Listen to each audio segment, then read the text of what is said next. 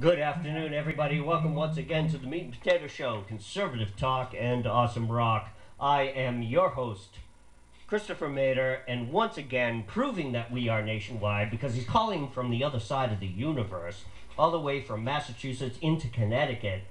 And it's got to be beamed up by satellite. And of course, former Navy SEAL is used to communicating on satellite, calling from his house. Listen to this guy.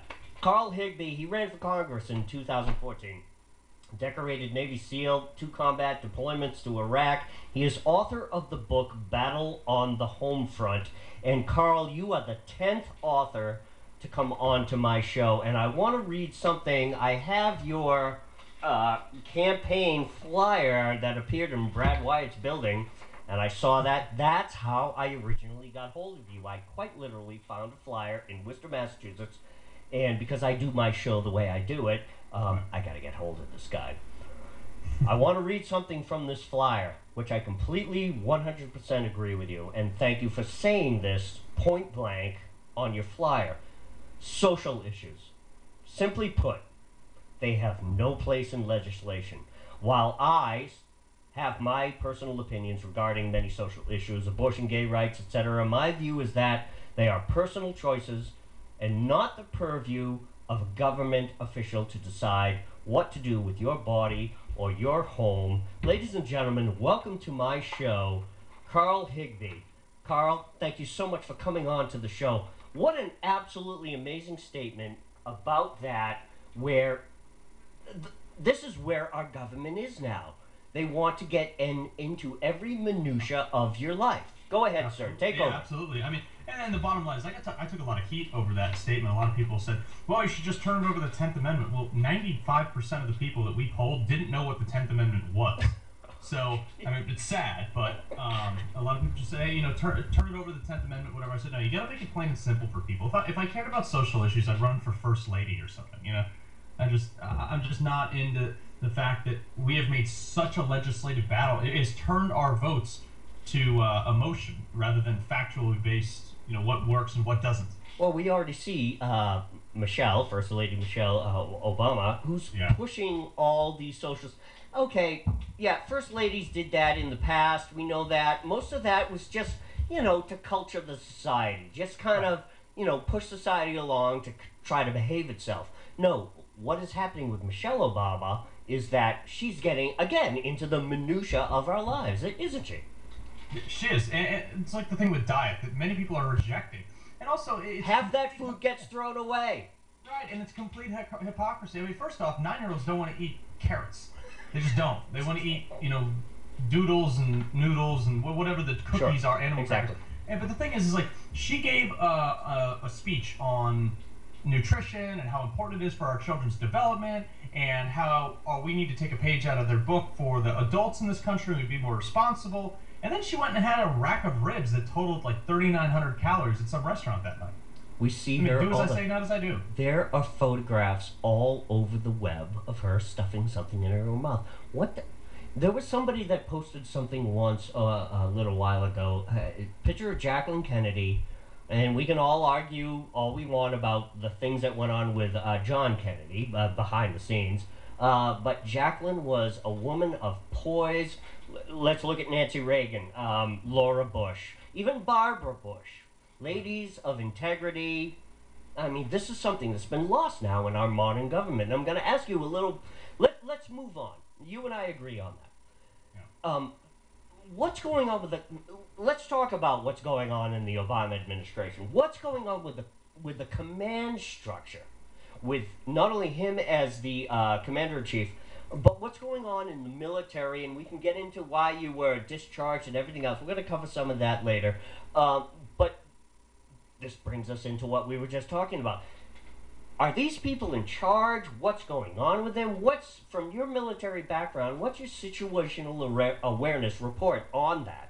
Well, I can tell you, I was deployed to Baghdad in 07 and then Fallujah again in 09, and the political atmosphere was extremely different. We had distinctly different rules of engagement. We had distinctly different approval processes to go on these missions that we were assigned by an agency with intelligence in their name. So, I mean, obviously they knew what was going on. So when we deployed in the 2 different times, The morale was terrible. The second time, went under the Obama administration. There was no dedication by senior officials to the mission. I talk about it a little bit in my book, about the approval process and how the commanders became very risk averse because they were more interested in surviving the deployment as the commander rather than having a political incident. We've turned into Vietnam. This is Vietnam. I believe it's worse because in Vietnam we still let the troops go out and fight. Right. Here we are not allowed to fight. Both hands are tied behind our back, and we're fighting the war on their terms. And by fighting, I mean we're building schools that they turn around and blow up later on with their own children in it. So they're just blowing money. They're just blowing money away. Trillions. It's unbelievable.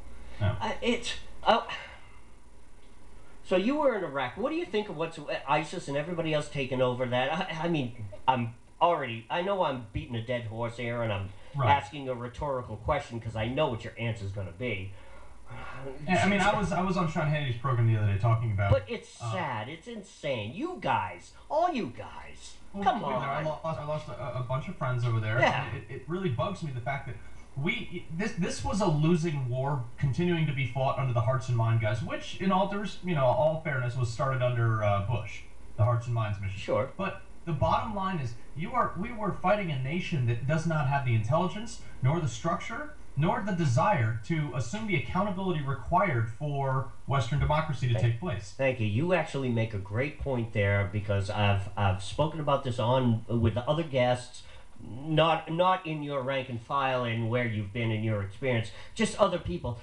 But it just transpires across the entirety of America that people say this, that this is true. They don't have the wherewithal, and I don't mean wherewithal as far as intelligence or evolution. They're not intelligent enough to understand Western democracy. You think so? I was going to do like a constitution. They're not used to that concept of American freedom or constitution or what goes on with that. Yeah. Do you understand what I'm saying there? This society it has been bred over years. This is the cradle of civilization, yet they're one of the least advanced civilizations in the world. So why is this the case? Because that's the way they've been bred. They've been brought up in tribal scenarios. They don't understand the geographical borders that we have. The rest of the world acknowledges they're all tribal borders. They don't understand regular law. They believe in their religion, and if you can do anything in the name of religion, if it violates any law, they say Inshallah, which means God willed it. They don't understand and comprehend any type of structured society. That is absolutely amazing, and thank you so much for going on record to say that, because I've been saying that, and I get hammered. I'm a racist, you don't understand what's going on over there. I've actually had some people from your side, from your background, actually come to me and say, oh, I was there, you gotta understand how these people operate. I've seen the worst of the worst over there, and the fact of the matter is if these people, we train, part of our mission over there was, among other things, was to train the Iraqi forces, the Iraqi special forces, to come out on these ops with us. Yeah. And so we would do that, and some of these guys were corrupt and bought off, and they were actually out planning IEDs. They were planning IEDs on the exact same room that they were going to try to work the next day and actually blew themselves up. Right. There was that video that just got put out a little while ago when the whole ISIS thing started taking over, and they're just out the outskirts of Baghdad. That there's an American soldier addressing police and paramilitaries from the Iraqi trained forces, and he's quite literally saying, "You guys, Carl, you know what language? You've been there." He's just telling it like it is. And then the video I'm talking about. Then he's talking about, well, you got to go down the road and go meet these guys. And one of the Iraqis says, "We don't have vehicles." He's like, "Vehicles? Get out there and walk. What do you think we do? Get out there and walk." It's like, and there was a moment when whose responsibility is it to give them vehicles? It shouldn't be ours. Right. But here's the thing. I almost had a video epiphany. I sat back and I said, this is why they're losing. They're like, oh, gimme, where's mine? Where's my free? It's almost like a welfare society like what we have here. It's like, well, where's my free UN tank and my free UN Toyota pickup truck with a AAA gun? It's like, get out there and walk. Pick up your guns and go out there, form a plan, and go get these guys. Absolutely. And that's the problem, is they're unwilling to execute anything with conviction. Yeah. Now, the only people with conviction over there are the extremists of the Islamic side that are convinced that Islam will rule the caliphate, and they're willing to fight to the death for it. But the average citizen over there is just like... And here's the thing. ISIS, all those guys, they're doing what that military commander said. They're walking. They're walking the miles. They're killing everything in front of them. They're taking up supplies. They're picking stuff up as they go along the way. They're picking up the trucks because you guys, where's our trucks? Yeah. This is why they're winning, because they are walking. They've walked all the way from northern Iraq. They also have conviction, and they're willing to fight for something, which the majority of Iraqis don't want to fight, or don't want to fight for something, and they're not willing to stand on their own 2 feet. And there it's we a travesty. go. We dumped enormous resources over there with lives, limbs, everything, and we can't get them to produce. Now, had we have left forces there, things would have been a lot better. Fact. Yeah. We just have skeleton crews there now, right? Right. But no, we don't have anything. We have contractors and things like that. But now we have a couple troops in there training people out of the green zone. But the fact of the matter is these people over there in the White House and State Department, Congress especially, that they're unwilling to see what's actually happening, what's right in front of their face. The fact that these people, ISIS, they are sworn to kill us. Yeah. They're not our friends. They don't want to reason with us. They don't want to sign a ceasefire like between Hamas and Israel. They don't care. Right. So what they're going to do is they're going to fight to the death, and we need to understand that that's the only answer in this war. Right. Exactly. People have a hard time with that. I've run into it myself. People don't seem to understand. If I say what you just said on my show or in my blog or in my writing, I get hit.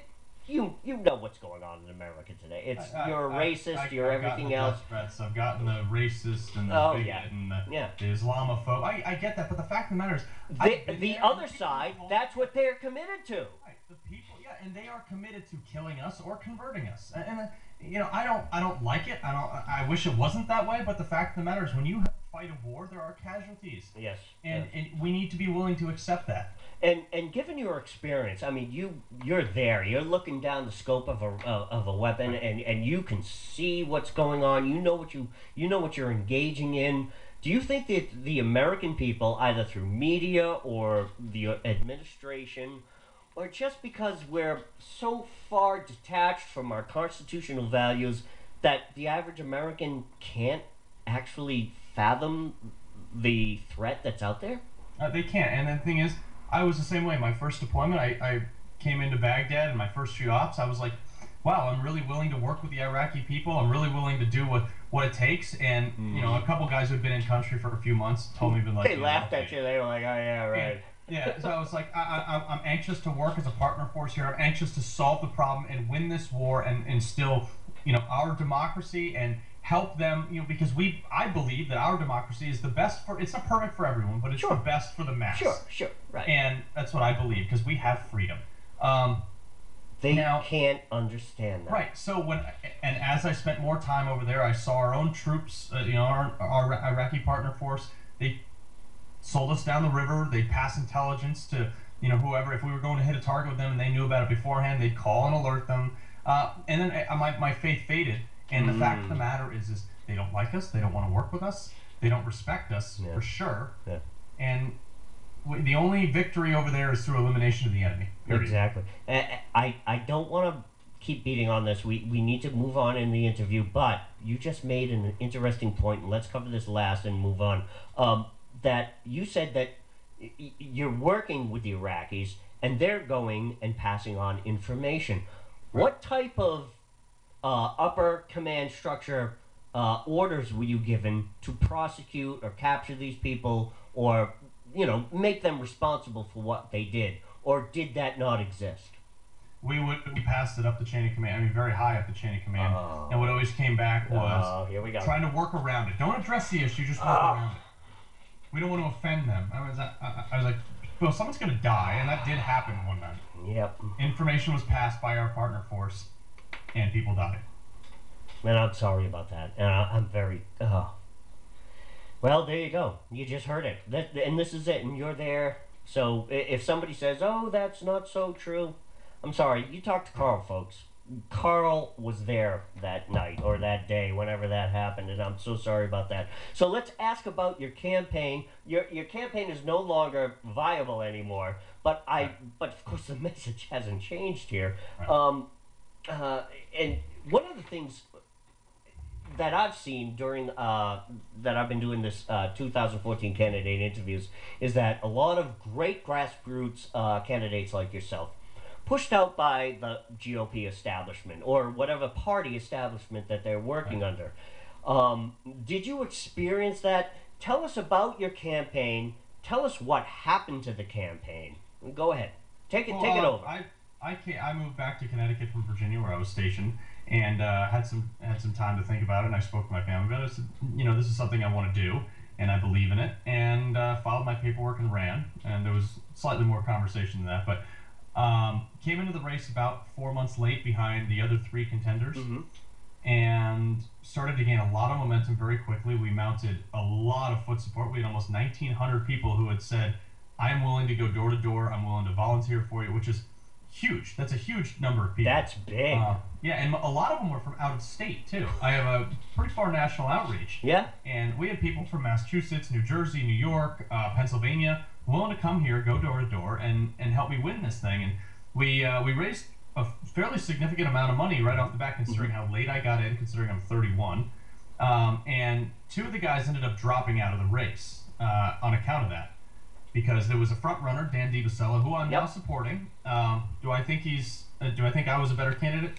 Yes, but he is the candidate right now, and I'll stand behind him. But the fact of the matter is, I believe that I had stronger convictions, and I had a better chance of beating the incumbent, Jim Himes, who's voted 10 out of 10 times with Obama, loves Pelosi, and the stereotypical left Democrat. I was at the gun rally that was in Hartford earlier April, I think it was. You know what? I ended up. Did you speak there? No, but I got up on stage when they introduced me. Oh, what do you mean? You did? You were on stage, but they just gave you. Oh, this is Carl Higbie. Is that what?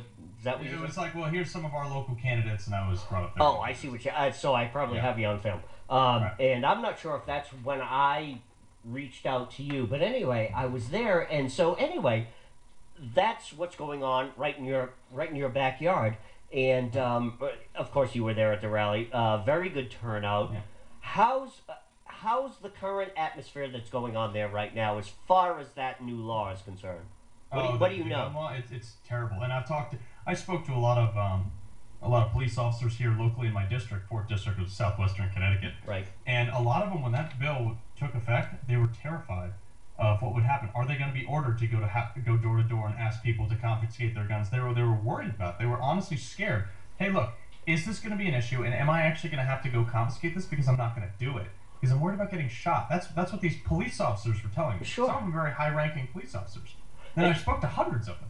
So 1160 was, I think it's one of the worst pieces of legislation that Connecticut or the nation's ever passed, because Section 15 of the Connecticut Constitution says, all men have the right, well, obviously they use men differently back then, but all men have the right to bear arms in defense of oneself and one's home. Sure.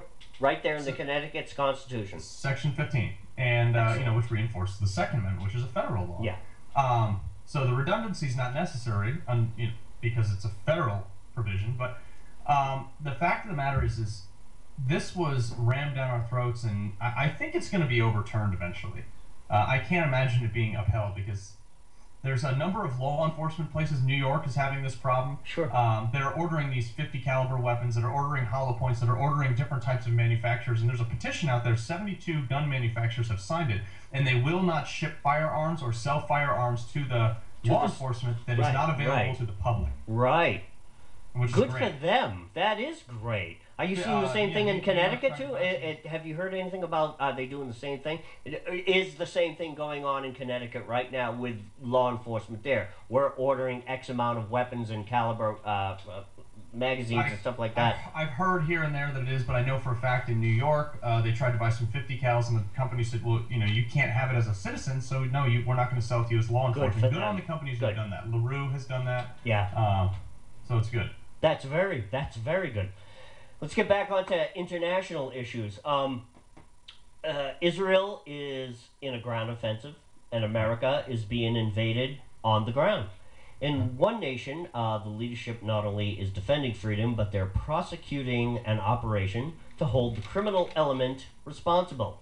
Meanwhile, another nation leadership is complicit in an unaccountable criminal ground operation. And I'm talking about the operation going on in Israel and what's happening on our southern border. Have we seen a flip of the coin of who wants to defend who? What? Take it over here. This makes me sick because I was actually a favorite of AIPAC, and I'm a strong supporter of Israel. And the fact of the matter is, Israel's been getting rocketed for years now.